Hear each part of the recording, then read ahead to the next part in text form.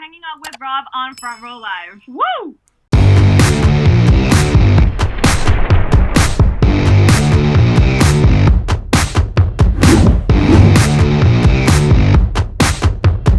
"2019 seems like it was such a successful year for you guys, and you know that's when I first kind of heard about The Warning. I didn't know about you guys prior to that, and then I came across some music online on Spotify, and I was like, who is this? Checked you guys out, and you guys were insane. You know, talk to me about 2019 and what that year was like for you guys. Okay, 2019. I'm trying to go back. We did did a lot of stuff. I think I'm gonna go from like the end because that's what I remember most. I mean, we played our first gig in New York ever. Oh, yeah. We played our That's first gig huge. in New York. Yes, We sold it out. We so sold it was out great. 2 nights. Yeah. So we were just like, It was really cool. we did believe And it. literally like 2 weeks before we played in New York, we had a tour in Argentina, which was great. Yeah. It was really, really cool. Dang.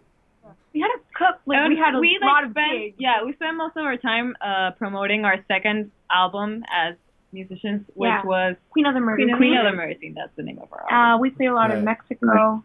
Yes. In Rock Festival. al Parque. Rock al Parque. In Colombia for the first time in Rock al Parque for the 25th anniversary of the It was- festival. Wow. It was crazy. It was a really It cool was a lot of experience. like. We great played a lot, things. but I'm We still played trying a to lot. like.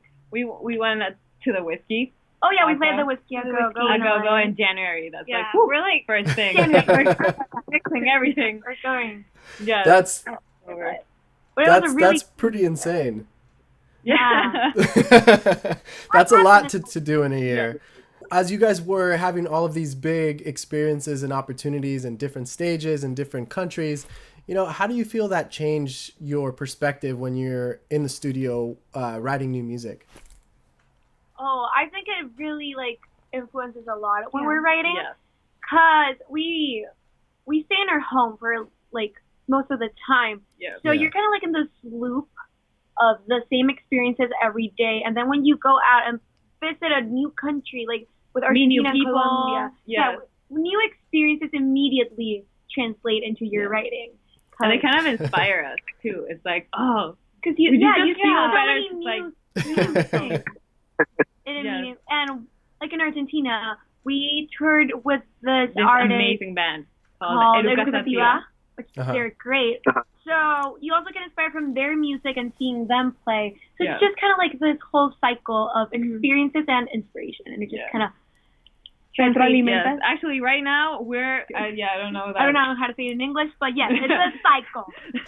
And right now we're working on our third album, and that's Right. precisely what has happened with all of this. Like, we have grown so much from those experiences that our writing is evolving with us. It's growing with us. Yeah. So I think those new experiences clearly translate into our new music.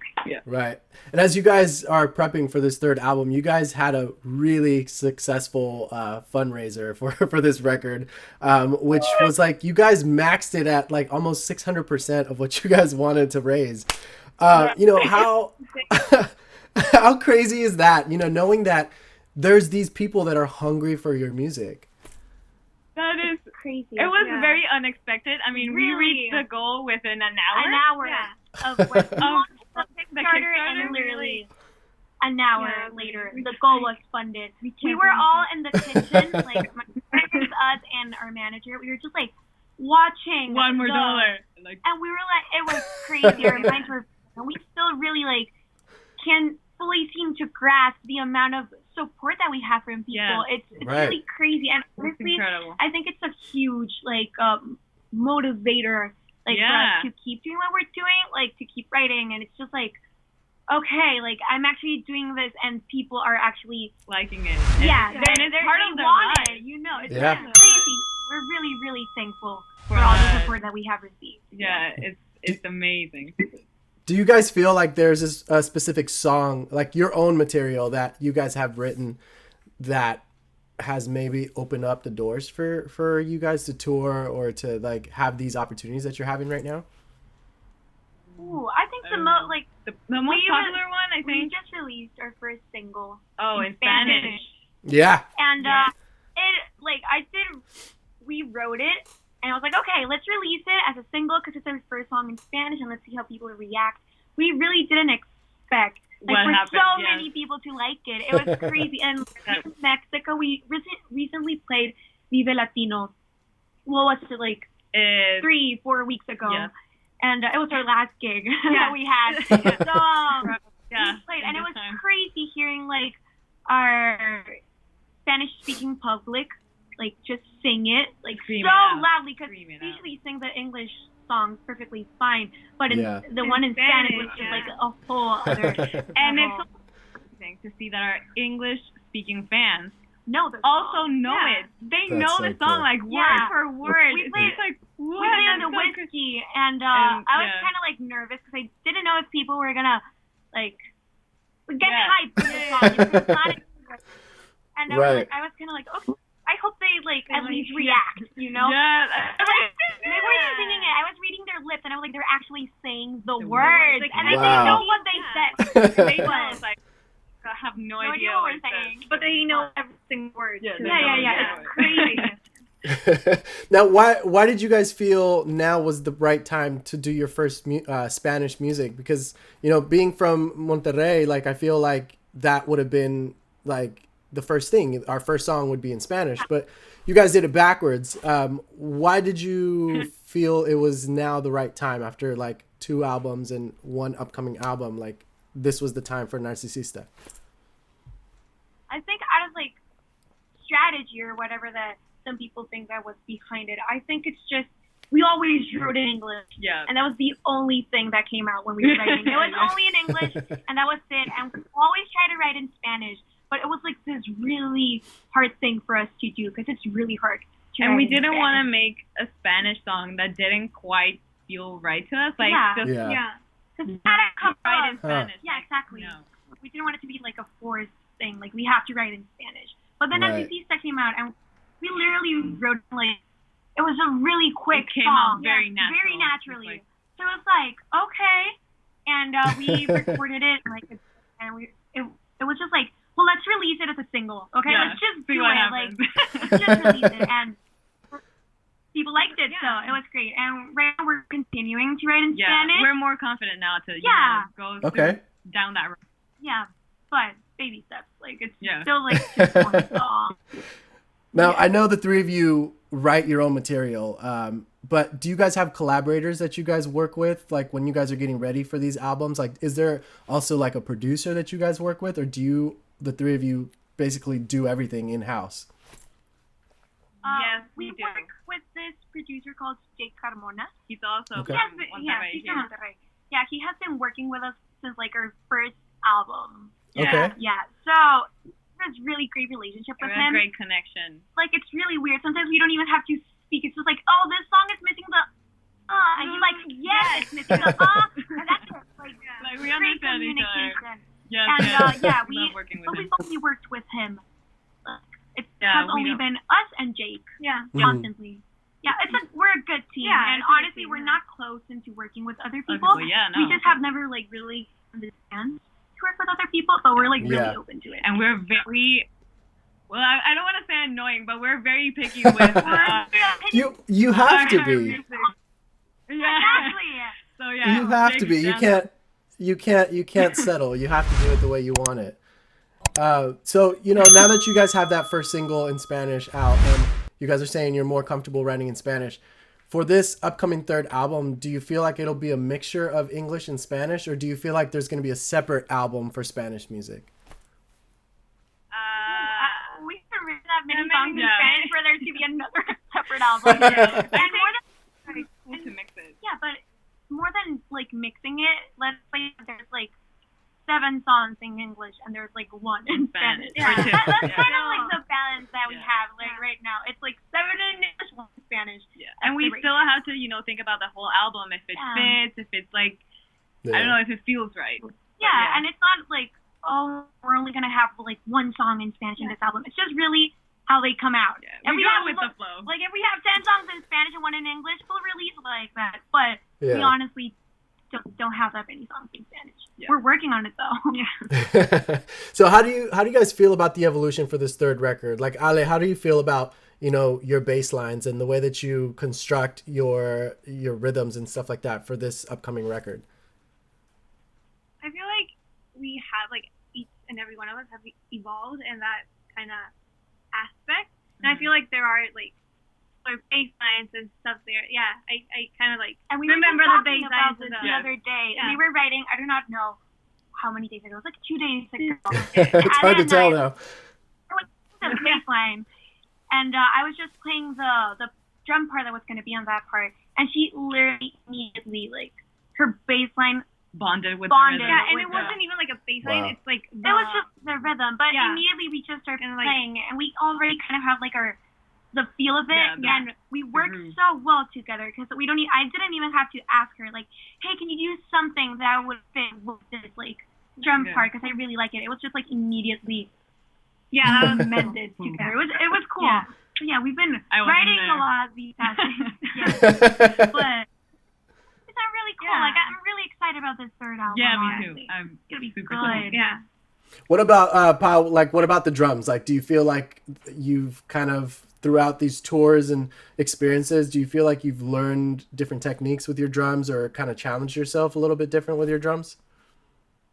I think I have, because I hear, like, our first material, and I'm like, God, those drums were like really simple. And now I'm trying to, like, spice it up, like, with odd measures and stuff like that. They're kind of, like, slowly turning into something more complex. And with the tour that we had in Argentina, the drummer of Eruca Sativa is this amazing drummer, and I just stared at him while he played, and I analyzed all of their songs, and I was like, I want to have those type of changes in our music. We're trying to slowly, like, But you know, there's times that we try to make it complex and it just like messes sounds with like the a flow. mess. It It's doesn't just really like, no. sound right, so we don't want to there's a like balance. We have to we don't like, want to over create yeah. a way for it to still work. Yes, Yeah. exactly. Yeah. That's where we're right now. And then what about the vocals? You know, how are you guys challenging the way that you sing, the way that you write? How is it for this record? Actually, it's gonna be a little challenge. I was writing on the piano, because Yeah. I usually start the songs on the piano, and then I show it to them. Yeah. And usually when I write, I had Danny's voice in mind. Because I know Okay. that I'm not going to sing it, because I'm on the drums. So I'm like, I need to put this in a key where she can actually sing it. And no, but no, it goes all the way like, I can go you sing really this? high. And are you sure you can sing this? Like, we can really, like, there's no problem. We can lower it. I'm like, no. And she's like, no, I'm going to sing it like this. And I'm like, okay. But, I'm up to the yeah. challenge. And right now, I'm, like, the melodies that we have, sometimes they're, like, not necessarily, like, high in tono. In Register? Key, yes, that's Yeah, yeah, register. that. But they're, like, really complex. That's, like, they're really They jump. jumping around notes in between all the time, like, really Long far intervals. away. Yeah. Notes, Yep. far away notes. Intervals, thank you. Social distancing.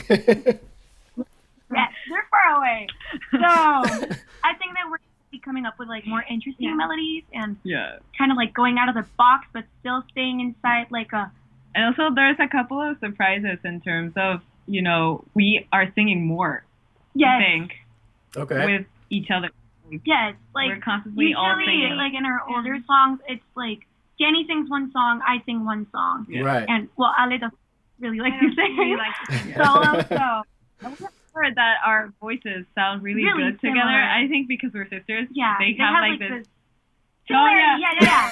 And they, I totally get what you were talking about with the producer, where it's like, no, I want it like this, and then he's like, oh yeah, I got you. You guys are totally doing it right now.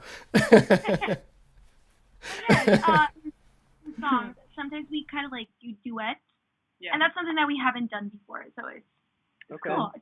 So do you guys see a date for this album, or is that still something you guys are still kind of writing? You're still kind of like recording?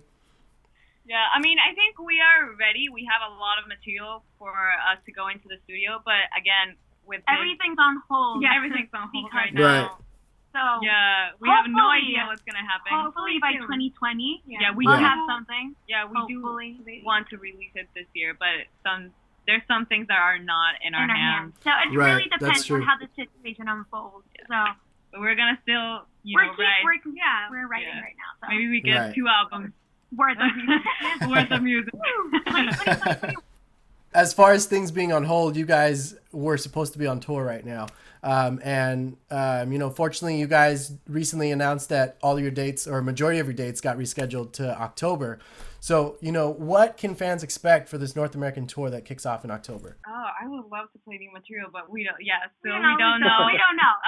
But I think that we can expect really energetic shows. We're really excited about our first North American tour because we have played a couple of shows in the U.S. More than a couple, but it's our first time doing an actual tour and visiting so many cities. Yeah. Because what usually happened, it was that people traveled from really far away to either LA or New York, and they usually or Mexico. Yeah, sometimes. So it was a lot of people from many places in one place, but now we're gonna be the ones visiting them. So I think it's a cool change. Yeah. It's gonna be a really cool tour. And you know what's really funny? We were training a lot for this tour. We were it was gonna be physically training, mentally training ourselves for the tour, and then suddenly, okay, no, it's postponed, and I was like, oh my god, what do we do now? Yeah, it was Yeah. very shocking news to us. We were very prepared to go on tour, and then. But we're really excited, so Yeah. we have even more excitement towards the tour. Yeah. So we're hopefully it comes sooner. Now, in the past, you guys had a crazy opportunity to open up for the Killers twice. What was that experience like for you guys? And was there any kind of relationship between you and the Killers during those shows? The Killers shows, I remember that we were we hope that we can open for them. Yeah. And one day we were all just having a small meeting, and then Rudy, our manager, was like, we're opening for the Killers. And we're like, no, he just actually he grabbed his phone and started recording, and we're like, where are you recording? And he's like, we're opening for the Killers. It was really shocking because throughout our whole lives we've been really big fans of the Killers. I remember our whole family, our parents and us, we would get sit down together and watch one of their concerts that we have in Blu-ray. So So it's Madison Square Garden. No, it was not Madison Square Garden. No, it's the hall. Royal Albert Hall. Yeah, it's the hall. Okay, so we watched that on loop for a long time, and then suddenly we're gonna open. And we were extra excited because it was in the arena of our hometown. Oh my We've god. been to shows there, and we're we know we're we know there, the place. so Now we're gonna be on stage. And Oh my we were God. really excited. We were really nervous. How can you not be nervous? Right. That's a big arena too. Big arena. And you're opening for one of the bands that has been a huge inspiration to you. So you're just like, oh my god, I'm gonna play. We actually, when we were on stage, we couldn't see how many people were there. Just the first front row. And then when they turn on the lights, you can see everyone. When we went off stage, it was just there wasn't many people there. It was a sold out show, so we really didn't expect the people to be there when we were playing. Yeah. It was full. It was packed. I was just shocked. It was it was the first big crowd that we had ever had. So it was Okay. On to the Killers. Sorry, we talk a lot.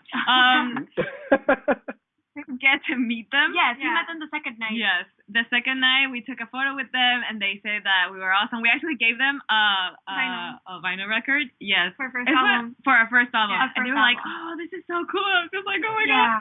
And they were the band was the one that picked the opener because there were a lot of contenders, and they picked us. So it was okay, they actually saw who we were. Yeah, it was cool. It was really cool. One thing that surprised me is that they were very tall. They were really tall. Very tall.